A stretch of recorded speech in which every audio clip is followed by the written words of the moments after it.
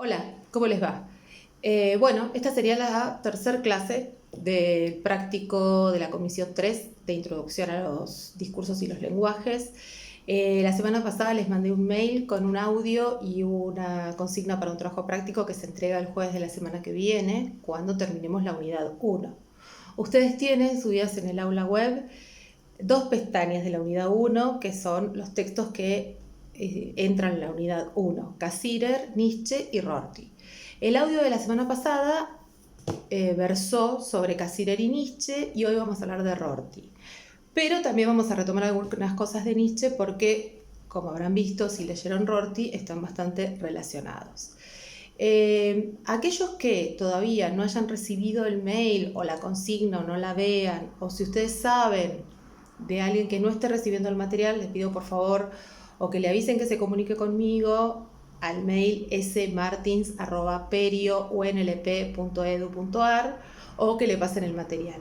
Pero en principio todos los estudiantes que yo tengo por SIU están en la comisión del aula web, ¿ok? Pero bueno, no quiero dejar pasar esto porque tenemos algunas diferencias administrativas todavía. Por ejemplo, yo el mail que mandé la semana pasada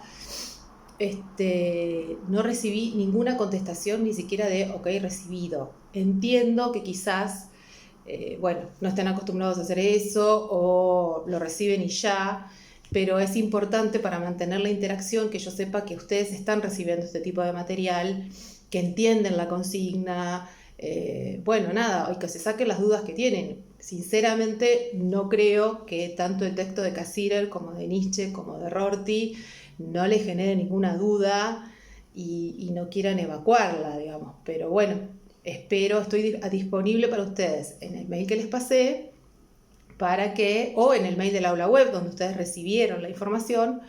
Eso yo lo reviso todo el tiempo, todo el día, para evacuar las dudas que sean necesarias, porque nosotros ya terminamos la unidad 1, la semana que viene ya arranca la unidad 2, que es la de signo, y bueno, seguimos adelante. Entonces me gustaría que no se queden con dudas de esta unidad 1. ¿De qué va esta unidad 1, tanto con Cassirer, con Nietzsche, como ahora con Rorty? De entender la relación entre el lenguaje, la construcción del mundo y la verdad. En realidad es al revés. La verdad, el lenguaje, qué relación tiene el lenguaje con la verdad y con la construcción del mundo. Y cuando digo el mundo, digo lo real, ¿no? La construcción de lo real. Bueno, la semana pasada vimos con Nietzsche que él habla de una zona de metáforas, ¿no? Él dice, bueno, el lenguaje no es más que la construcción de metáforas sobre un mundo posible, y esas metáforas ampliamente consensuadas establecen verdades. Verdades que son contingentes de alguna manera. No es la palabra que usa Nietzsche, pero sí es la que usa Rorty, que el texto que ustedes leyeron para esta clase se llama justamente la contingencia del lenguaje. ¿Qué quiere decir que esas verdades son contingentes? Quiere decir que son acuerdos que funcionan para determinado momento, en determinado tiempo para una sociedad, y que pueden entrar en crisis en cualquier momento. Algunos consensos funcionan mucho tiempo, tanto tiempo que terminan cristalizando esas metáforas y haciéndonos creer o haciéndonos olvidar su condición de metáfora, haciéndonos creer que la relación entre el nombre y la cosa es natural. Lo importante es tener en cuenta siempre que la relación entre la cosa en sí, o sea, el objeto de lo real, y el nombre con el que el lenguaje lo designa, es una relación absolutamente arbitraria. Es propia, es producto de la interacción social. No hay nada de natural entre la relación entre la cosa y el nombre. A veces olvidamos esa arbitrariedad porque hemos llamado durante tanto tiempo mesa a la mesa que bueno, ya no lo ponemos en crisis. Pero mesa es tan metáfora como democracia, paz, libertad, amor y todas aquellas cosas que nosotros están en el orden de lo real y constantemente nos obligamos a definir. ¿Qué pasa en la relación entre el nombre y la cosa? Que es importante. Nunca el lenguaje termina de explicar la cosa. Nunca el lenguaje termina de definir la cosa. Siempre se pueden decir nuevos discursos acerca de las cosas. De modo que nunca el lenguaje se equipara en equivalencia a la cosa, ¿sí? Al objeto. Por eso existen muchas descripciones del mismo objeto. Y todas esas descripciones construyen el objeto, ¿sí? Ahora, ¿qué pasa? Y ahí ya nos vamos a Rorty. Yo quiero que tengan en cuenta una cosa al leer a Rorty. Rorty es un intelectual norteamericano que es hijo de lo que se llama el giro lingüístico. El giro lingüístico es una revolución paradigmática, una modificación del paradigma de las ciencias sociales que se dio en la década del 60 y que entiende básicamente que el acceso al mundo de lo real es imposible más allá de los discursos. Quiere decir que lo que el hombre tiene acceso a la producción y a la construcción de lenguajes posibles y de infinitos juegos de lenguajes para hablar del mundo, pero no tiene acceso al mundo en sí. Lo que no quiere decir que no exista el mundo en sí. Existe, pero el hombre no tiene acceso. El acceso es a través solo del lenguaje. Y el lenguaje es una trama de sentidos en la que nosotros permanentemente convivimos, interactuamos, nos comunicamos y en los que establecemos equivalencias que digamos que nos funcionan para determinados niveles de interacción, pero que son absolutamente arbitrarias, ¿sí? Por ejemplo, toda la idea de los sinónimos, por ejemplo, que una palabra vale lo mismo que la otra, en realidad no existe, digamos, cada nombre está nombrando cosas diferentes, cada elección de lenguaje que hago está nombrando cosas diferentes.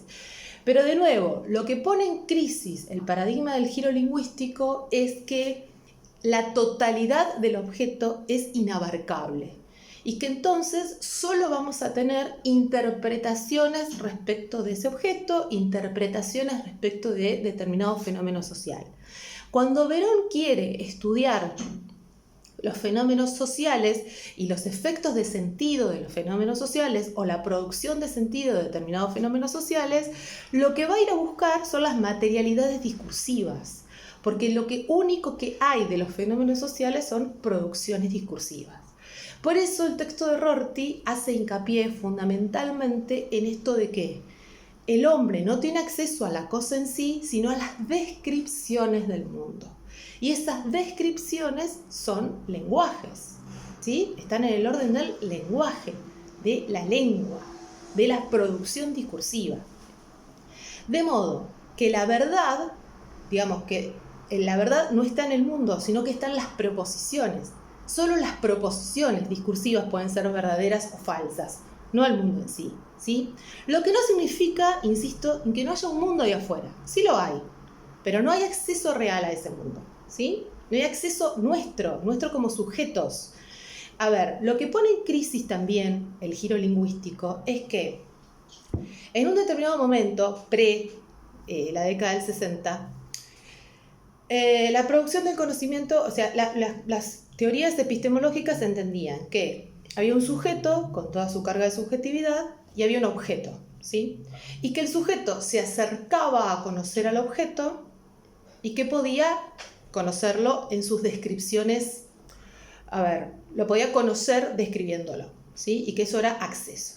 Lo que pone en crisis el paradigma del giro lingüístico es justamente que cuando nos acercamos al objeto, de lo único que damos cuenta es de descripciones, y que las descripciones no son el objeto, son otra cosa, son descripciones, ¿sí? Entonces, que la pregunta por la verdad no está en el objeto, sino en las descripciones. Todo esa revolución paradigmática, de la cual Rorty es uno de los principales defensores, ocupa todo lo que es el conocimiento en ciencias sociales de la década del 60 para acá. Y pone el acento en la producción subjetiva, ¿sí? Lo único que puede decir del objeto es que, que el objeto se construye a partir de los distintos relatos que sobre ese objeto hay. Se construye, si quieren, en la suma de los discursos que sobre ese objeto hay.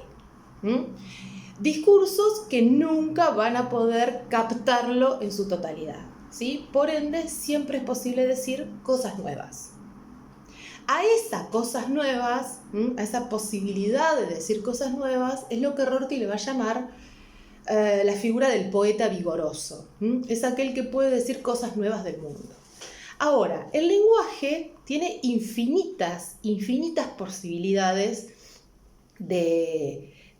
no solo infinitas palabras, infinitas posibilidades de combinación, ¿sí? Cuando nosotros interactuamos con otra persona, interactuamos en grupo, interactuamos en la sociedad, bueno, tenemos infinitas capas de sentido respecto del lenguaje. Ustedes pueden escuchar lo que yo digo y asumirlo literalmente, pero también pueden leer, pueden darse cuenta necesariamente si del otro lado hay un chiste, si del otro lado hay un juego de ironía, si del otro lado hay sarcasmo, si del otro lado hay burla, si del otro lado hay, jerarquía. No solo por las palabras que efectivamente se usen, sino también por los tonos, por la gestualidad, por los distintos niveles de lenguaje que hay. Ahora bien, ¿qué hace que nosotros podamos funcionar socialmente?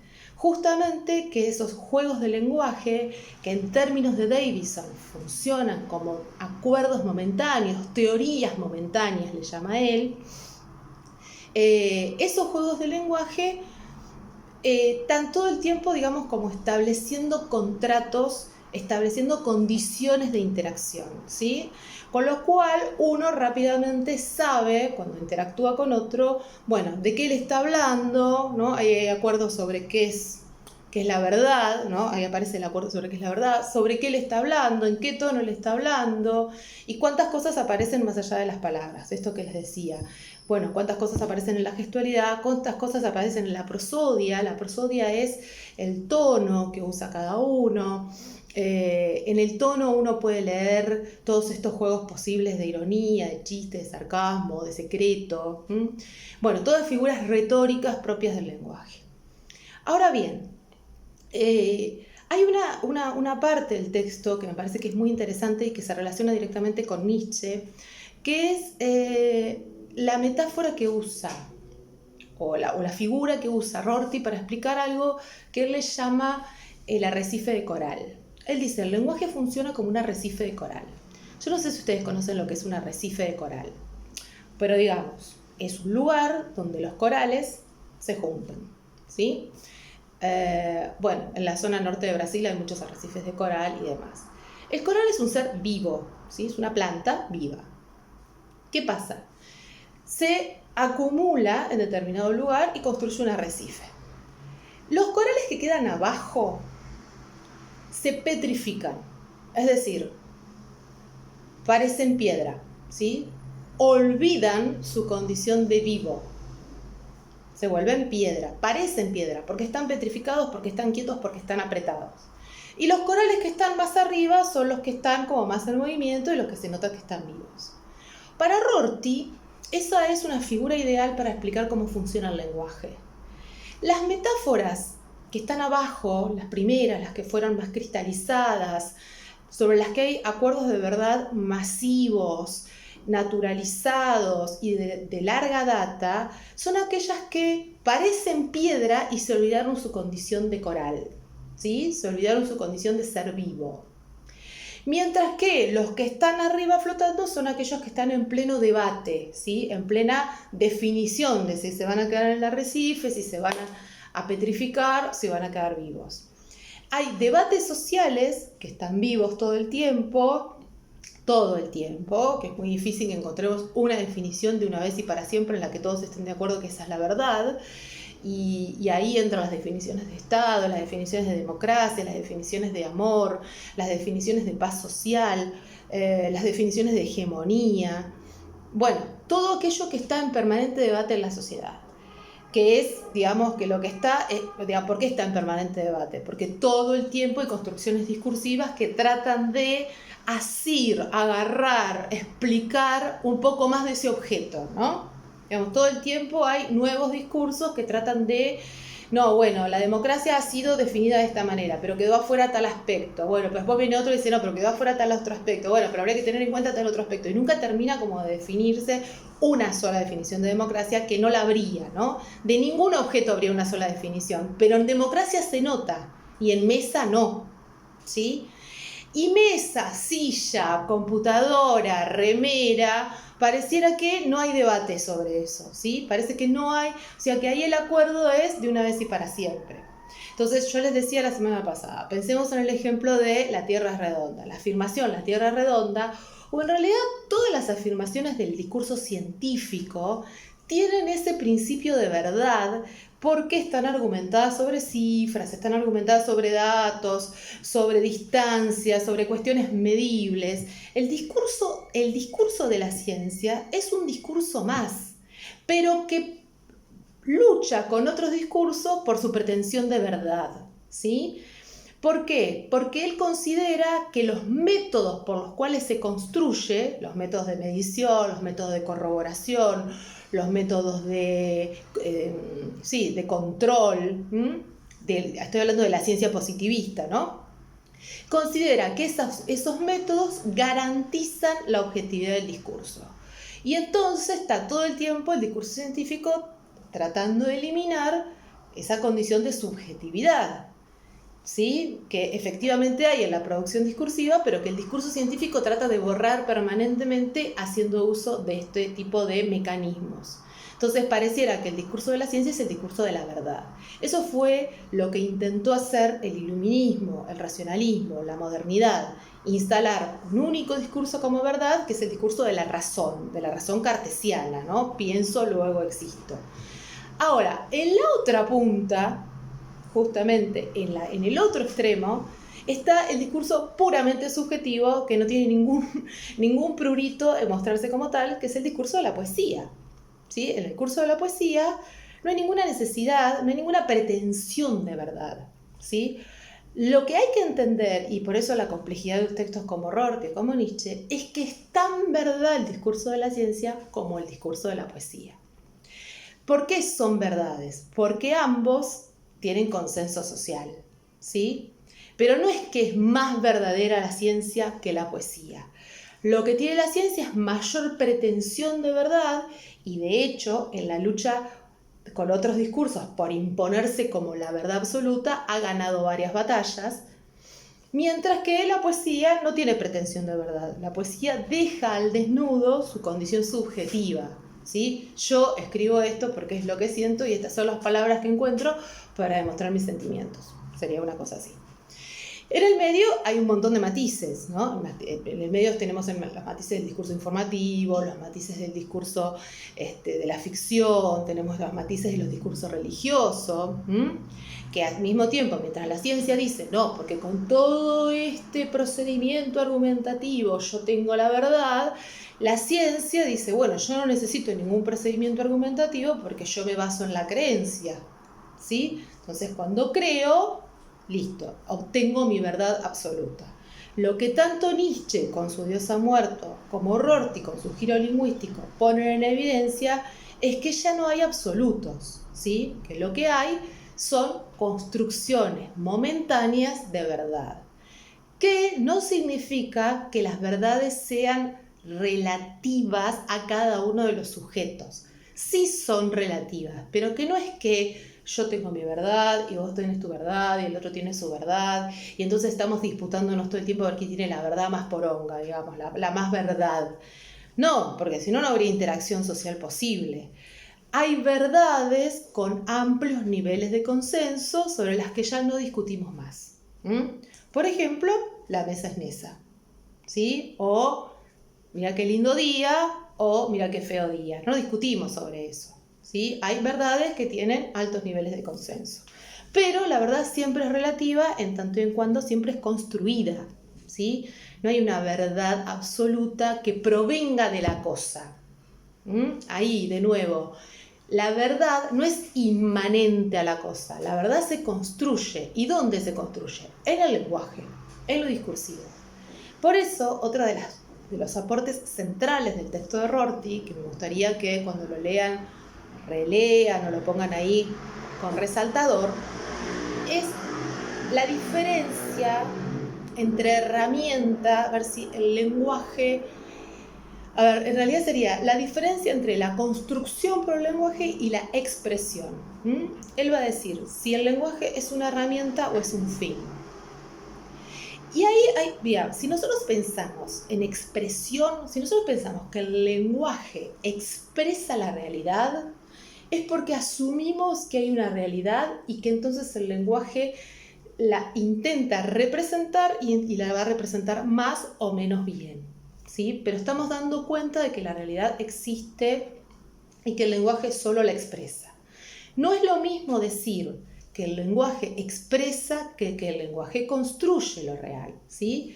Que el mundo esté ahí afuera no significa que nosotros no construyamos un mundo de lo real, ¿sí? Lo real, ¿no?, lo construimos nosotros a través del lenguaje, ¿sí? Y tiene infinitas diferencias con ese mundo que esté de afuera, diferencias que no vamos a poder entender porque solamente percibimos el mundo, pero nosotros tenemos 5 sentidos y ustedes saben que el mundo es percibible por infinitas cantidades de sentidos, ¿sí? De hecho, cualquiera que tenga un gato sabe que el gato ve cosas que nosotros no vemos, que existen otras dimensiones, bueno, un montón de cosas que nosotros tenemos restricciones para ver. Entonces, dejemos tranquilo el mundo de afuera, el mundo de lo real, ¿sí? Y pensemos en cómo nosotros construimos realidades con nuestro lenguaje. En esa construcción de realidades, que no es inmanente al objeto, a la verdad, sino que es construida, nosotros tenemos una herramienta, que es el lenguaje, que construye realidades. Por ende, no es un medio de expresión, ¿sí? Es una herramienta para construir. Es como si yo tuviera un martillo en la mano y quiero construir una casa. La casa no es previa al martillo, ¿sí? Tengo el martillo y me sirve para construir una casa, ¿sí? Es una herramienta, ¿no? Y es un medio también para construir la casa, pero no es un medio de expresión de la casa, no es equivalente el martillo a la casa, ¿sí? Entonces, cuando pienso en el lenguaje como una herramienta, tengo que pensarlo en su condición de constructor de realidades, ¿sí? No de modo de expresión. Y creo que ahí hay una de las preguntas que deja Valeria, que está hacia el final del texto, donde todo lo que pone Rorty en discusión, más allá de esta condición de la proposición, es la idea del lenguaje como representación. El lenguaje no representa nada.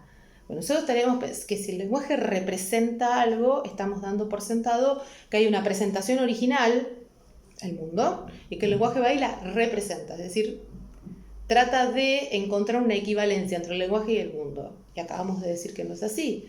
Por ende, no existe la representación. O sea, no existe la representación. Lo que existe es construcción. Miren, en la página, antes de que termine, 2 o 3 párrafos antes de que termine el texto de Rorty, dice: excluir la idea del lenguaje como representación y ser enteramente wittgensteiniano es de Wittgenstein, ¿no?, que hizo teoría del lenguaje. En el enfoque del lenguaje equivaldría a desdivinizar el mundo, ¿sí? Solo si lo hacemos podemos aceptar plenamente el argumento que he presentado anteriormente. El argumento de que hay verdades porque la verdad es una propiedad de los enunciados, porque la existencia de los enunciados depende de los léxicos y porque los léxicos son hechos por los seres humanos. Entonces, hay verdades porque el ser humano construye léxicos que construyen modos de representación, que construyen verdades.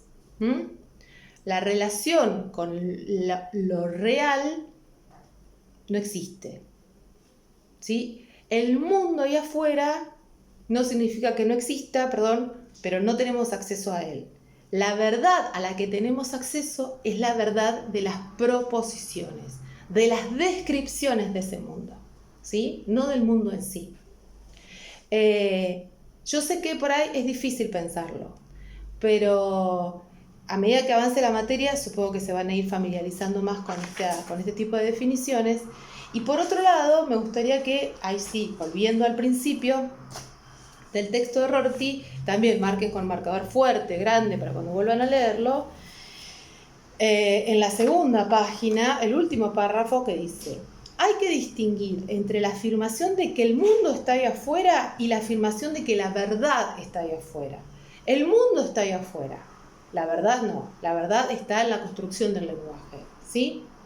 El mundo está ahí afuera, las descripciones del mundo no. Las descripciones del mundo están en las verdades. Las descripciones del mundo están en el lenguaje y solo las descripciones son verdaderas o falsas. El mundo no es ni verdadero ni falso, el mundo es, punto. Donde no hay proposiciones, no hay verdad. Es difícil que yo pueda rastrear, no, es imposible que yo pueda rastrear la verdad allí donde no hay discurso. Por eso no hay una verdad última, no hay una verdad que no se pueda tocar, ¿no? No hay una verdad que sea inviolable.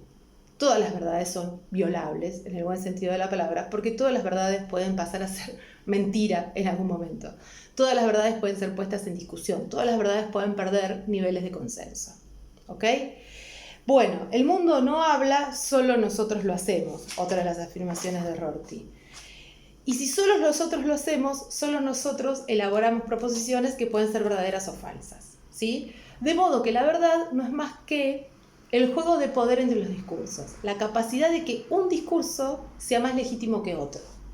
¿Qué ha pasado en la historia de la modernidad y del iluminismo? Que el discurso científico ganó la batalla principal, medio que quedó ahí cabeza a cabeza con el discurso religioso, de que el discurso religioso basándose en Dios y el discurso científico basándose en la racionalidad de la ciencia, en la comprobación, en el método, si quieren, bueno, quedaron como los dos grandes discursos de explicación del mundo, ¿sí? Y lo que vino a ser la posmodernidad, el giro lingüístico es parte de la posmodernidad. Yo creo que la posmodernidad uno puede pensar que se inicia en la década del 60 a partir de este cambio paradigmático que es el giro lingüístico. Lo que viene a decir la modernidad es que la verdad estalló en 1000 pedazos, ¿sí? Y que entonces pone en evidencia que el discurso científico es tan metafórico como la poesía, es tan metafórico como el discurso de la ficción, es tan metafórico como el discurso informativo. Todos los discursos son metáforas, todos los discursos son descripciones de un mundo posible. No hay más verdad en uno que en otro, en todo caso habrá más consenso en uno que en otro, pero el método no garantiza más acercamiento a la verdad del objeto que lo que puede garantizar la poesía como producción simbólica de un mundo que en este caso sería interno, ¿sí? Y la religión lo mismo. La religión es una explicación posible del mundo y nada más. Algunos eligen creerle más a la religión, otros eligen creerle más a la ciencia, otros eligen creerle más a la poesía. Bueno, toda esa relatividad, ese estallido de verdades es propio de la posmodernidad y es lo que pone en evidencia el giro lingüístico cuando dice, ojo, no hay un mundo. Por ejemplo, no hay acceso a un mundo, solo hay discursos de ese mundo, solo hay proposiciones de ese mundo, solo hay producción discursiva acerca de ese mundo, ¿sí? Y luego todos los juegos del lenguaje, todas las propuestas de poder, todas las luchas son al interior del lenguaje mismo. Todos los acuerdos, algunos son más conscientes, otros son menos conscientes, todos los acuerdos son acuerdos momentáneos que sirven para sostener la comunicación. Cuando dicen momentáneos pueden ser momentos muy largos también, pero no quiere decir que sean momentos fugaces, pero son acuerdos para sostener la comunicación y la interrelación personal. Pero fíjense una cosa, y con esto cierro, para que no se les haga tan largo. Es mucho más común el desacuerdo que el acuerdo.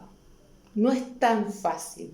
Vivimos en un mundo de plenos desacuerdos. Todo el tiempo estamos pidiendo peticiones de principios, todo el tiempo estamos preguntando, pero vos qué querés decir cuando decís tal cosa, pero vos qué querés decir cuando decís tal otra. Siempre hay una petición de esclarecimiento. Es mucho más, vivimos en un mundo donde nos cuesta mucho ponernos de acuerdo, ¿sí? Donde es más, los acuerdos para comunicarnos son acuerdos muy, muy básicos sobre qué nombre le ponemos a las cosas con las que interactuamos cotidianamente, pero no mucho más que eso. Todo el tiempo estamos preguntando al otro, pero vos qué querés decir exactamente cuando decís tal cosa, y qué querés decir exactamente cuando decís tal otra. Y todo el tiempo, ¿a qué lo obligamos al otro? A redefinir, ¿sí? A volver a encontrar descripciones posibles de un mundo real, para que a nosotros nos quede más claro, que nosotros podamos construir en nuestro universo eso que el otro quiere decir, ¿sí? Y podamos justamente encontrar puntos de encuentro. Bueno, espero que esta clase les haya servido un poco para repensar a Rorty. 2 consejos. 2. 1. Los textos se releen muchas veces, muchas, porque no son textos simples, no son textos cotidianos, no son textos que manejen un léxico justamente con el que ustedes estén habituados. Entonces yo les voy a pedir encarecidamente que los textos de esta materia se lean 2 o 3 veces. Todas las veces que sean necesarias para romper los obstáculos que tienen esa primera vez, donde no entiendo nada y empiezo como a bloquearme. Bueno, lo leo, entiendo una cosa, lo vuelvo a leer, quizás entiendo otra, lo vuelvo a leer. Yo sé que eso requiere un tiempo extra, pero esta materia requiere un tiempo extra, ¿sí? Eso por un lado. Y segundo, ustedes tienen un trabajo que hacer, un trabajo que en realidad está sostenido sobre ejemplos, porque lo que me piden todo el tiempo son ejemplos. Bueno, yo ahí les di 3 disparadores para pensar. Lo que me interesa, acá no importa si está bien o está mal, salgan un poco de esa dicotomía, de que si hice un trabajo bien o lo hice mal. Lo que me importa es que puedan pensar con las categorías que les aporta Nietzsche, con las categorías que les aporta Rorty, y un poco con la propuesta esta de Cassirer de que somos animales simbólicos. ¿Qué pasa? ¿Cuál es el juego del lenguaje propuesto en esos 3 ejemplos? ¿Qué pasa ahí cuando en la ilustración el hombre dice, bueno, no sé si tengo, el otro le dice, no tenés paracaídas, y él dice, bueno, esa es una percepción subjetiva tuya? A ver, el tipo se va a estrellar contra el piso porque efectivamente no tiene paracaídas. Ahora, ¿todo es una percepción subjetiva o tiene que haber ahí un consenso? Bueno, me gustaría que den cuenta, a partir de esos 3 ejemplos, de las reflexiones que les despierta estos 3 textos, de las dudas que les despiertan estos 3 textos, para ver sobre qué podemos volver en caso de repasarlos antes del parcial y demás. Y bueno, y de todo lo que, a ver, de todo lo que les mueva, ¿no? Quizás ustedes estas cosas ya las habían pensado o quizás no, quizás les resulta muy rupturista pensar que no hay verdad, que no hay verdades, y que las cosas no son asequibles a los hombres. Bueno, si les cuesta pensar eso, este es el puntapié inicial para revisar todas esas posturas. Espero sus devoluciones vía correo, espero sus comentarios vía correo. Recuerden que la interacción es muy importante. Yo le hablo a una pantalla acá, no sé quién está del otro lado, no sé qué problemas tiene la persona que está del otro lado, no sé cuánto está entendiendo y no tengo manera de monitorearlos porque no les veo la cara. Algunos me escriben, pero la verdad es que son muy pocos. Necesito que me digan, hola, vi el video, me gustó, me aclaró, no me aclaró, necesito que vuelvas a explicar esto, y listo, no hay ningún problema. La semana que viene grabamos otro video y volvemos sobre la situación. Ojo que la semana que viene cambiamos de unidad, ¿sí? Ya van a encontrar en la clase del lunes toda la bibliografía y la explicación respecto de signo. Así que nosotros la semana que viene vamos a trabajar sobre un texto de Eco que se llama Señor Sigma. Pero hagan este trabajo práctico, hagan este ejercicio de reflexión y envíenmelo en la medida de lo posible antes del jueves o el jueves mismo. Bueno, nos estamos viendo, que tengan un buen fin de semana. Chau, chau.